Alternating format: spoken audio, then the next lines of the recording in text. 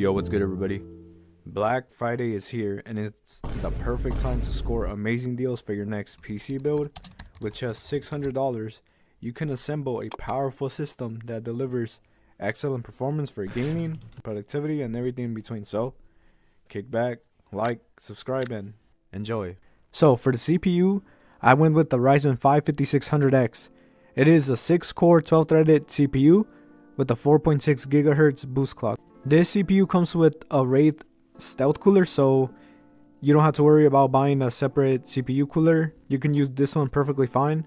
This CPU is currently priced at $105 on Amazon, which is currently $4 cheaper than the regular 5600. So that's why I went with the CPU, and yeah, not that bad. The motherboard that we are using for this PC build is the ASRock B550M Pro 4. It is a micro ATX motherboard that is currently priced at $80 on Newegg.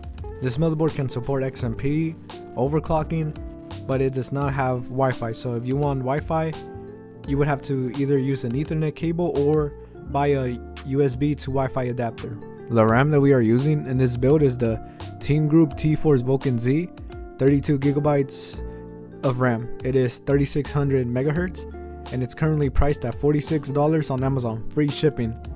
But if you want to save around $20, you can get the Silicon Power 16 gigabytes for around $24 on Amazon, free shipping. For storage, we have the Silicon Power UD90 1TB M.2. It is currently priced at $53, which is pretty good considering it's Gen 4 with 1TB of storage. And one thing about this M.2 is that it does not have DRAM, so if you're concerned about DRAM, then I would suggest getting a better drive. But since this is a budget gaming PC, for $53, it's not bad. Now, if you want to save money, you could go for the Silicon Power A60, which is currently priced at $48. Or you can get the Patriot P300 1TB M.2, which is currently priced at $48 on Amazon. The power supply I went with was the MSI MAG A650BN. It is 650 watts, 80 plus bronze certified. Usually the price of this power supply unit is priced at $68, but for Black Friday is at $50, so that's an $18 discount. Another power supply that you can get is the Thermaltake Tough Power GX2, 600 watts, 80 plus gold certified. It is currently priced at $50 as well. But if you miss those two PSU deals, you can always get the Apivia Prestige 600 watts, 80 plus gold certified power supply. The case that I'm using for this PC build is the DIY ARGB Q3 Micro ATX mini tower case. The reason I got this one is because it's currently priced at $60 and it's my first time building in a fish tank case, so I thought it would be a good experience. I would recommend the Montech Air 100 ARGB Micro ATX mid tower case out of all these cases because it comes with 4 120mm ARGB fans. It has lots of room for cable management and it looks really clean. So that's the case I would recommend. But if you want to replicate this build, then the DIYPC is the one that I went with. Or if you're trying to save money, you could go for the Sama ARGB Q5 case, which is currently priced at $55. Or if you really want to save money, you could go for the Cooler Master Q300L. But I must warn you that that case is not really recommended for this budget, and the temperatures do get hot. So if you're absolutely trying to save money, then I would get the Cooler Master. But I would a billion times recommend the Montech Air 100 ARGB case over all these cases that are priced around $60. So for the GPU, I went with the Sapphire RX 6650 XT 8GB model. It's currently priced at $210 on Amazon, and for $210, that is a steal. The RX 6600, it's currently priced at $190, so for $20 more, you can get the 6650 XT, which is what I would recommend doing. Now, if VRAM is an issue for you, you can get the Acer Predator Bifrost Intel Arc A770 16GB model for $230 on Newegg. It even comes with a free gift, so it's not bad and it's brand new, so you can't go wrong with that. An alternative GPU would be the Intel Arc A580, the Intel Arc A750, and you can always go down the used route. But for this video, this is all new parts. So the best GPU in my opinion but go to the RX 6650 XT for $210 on Amazon. I will leave all the links to the parts in the description, so make sure you check it out.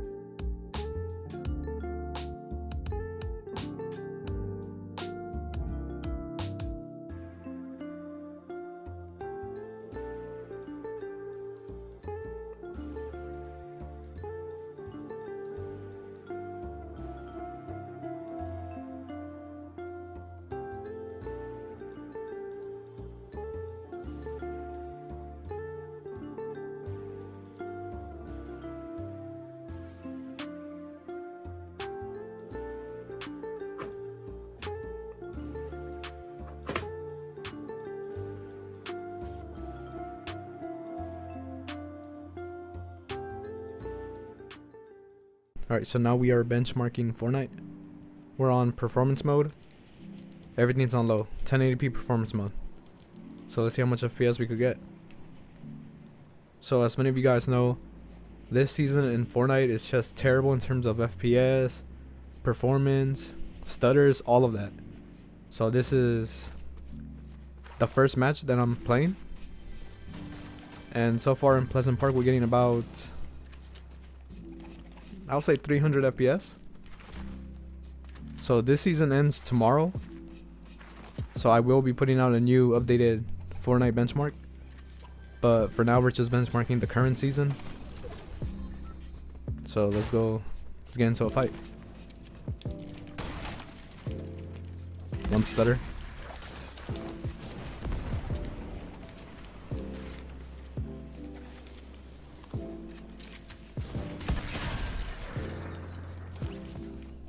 Let's go.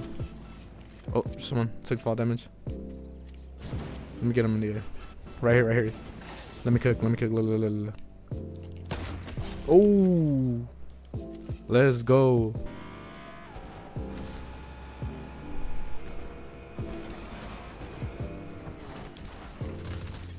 Oh.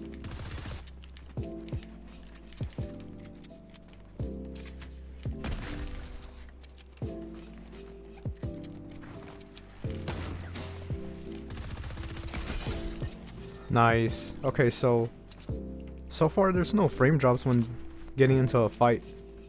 Considering AMD cards aren't the best in Fortnite for performance mode. Oh, 1 HP. It's doing pretty good.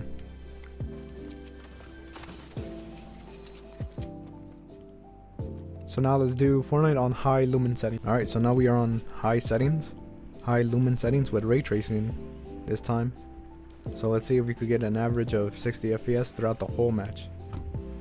If you cap your FPS to 60, it'll be more stable. But this is a benchmark, so we're gonna keep it at unlimited. So let's see the lighting.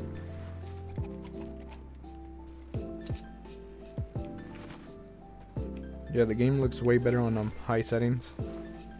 And you get more FPS than Epic, so. And I can't even tell the difference, honestly. So yeah, I would recommend playing on high lumen settings if you're planning on getting a similar build to this and you care about graphics. Man, look at this. Clean. Okay, so the graphics look insane. And that's considering that this is chapter 2 graphics. Because chapter 4 and 5 were definitely the kings of Fortnite graphics. So I know PS5 uses lumen settings for 60 FPS, but I'm not sure if it's high or Epic. Cause this pretty much it looks like. Okay, that caught me. That was scary. He just popped out of nowhere. So yeah, I mean, I'm impressed with this build. Oh. Nice. So now, let's move on to Warzone. Alright, so now we are benchmarking Warzone. So we're at basic, no upscaling settings. So basic settings with no upscaling. So this is native 1080p. So yeah, 1080p native basic settings. So we're here in the courts. You're losing ground. Moving.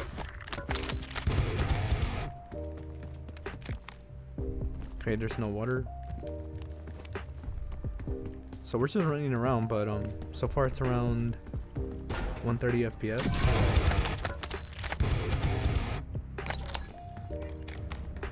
Certain areas you get more FPS.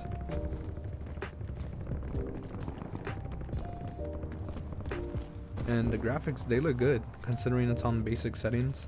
Not bad. Maybe I'll take the train. No. Okay, so in a moving train we're getting about 120 FPS.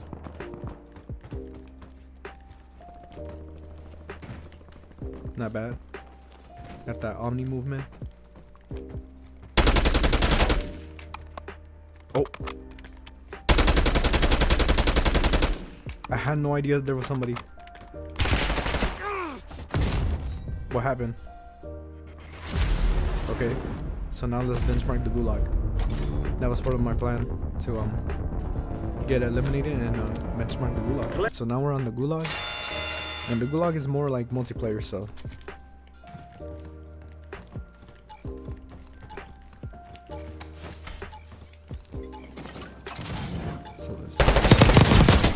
Nice. Alright, so I will say that Warzone is getting pretty good FPS considering we're on basic native settings. So there's no upscaling. Drops on the way. It's pretty good. Graphics look good on basic. And we get an average of, I would say, 130 FPS. Sometimes we drop below, sometimes we get over. But just to be safe, I would say 130 FPS is the average. So it's not bad. So now, let's test Warzone on extreme settings. So we're on extreme settings with no upscaling. 1080p. So we're on 1080p extreme settings. So inside our house we get about 100 FPS. Let's try to find somebody.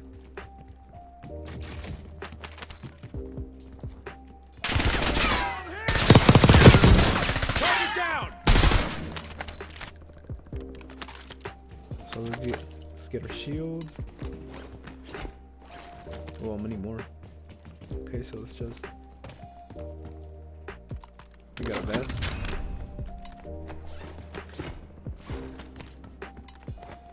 Nice. So we got pretty good loot, I would say.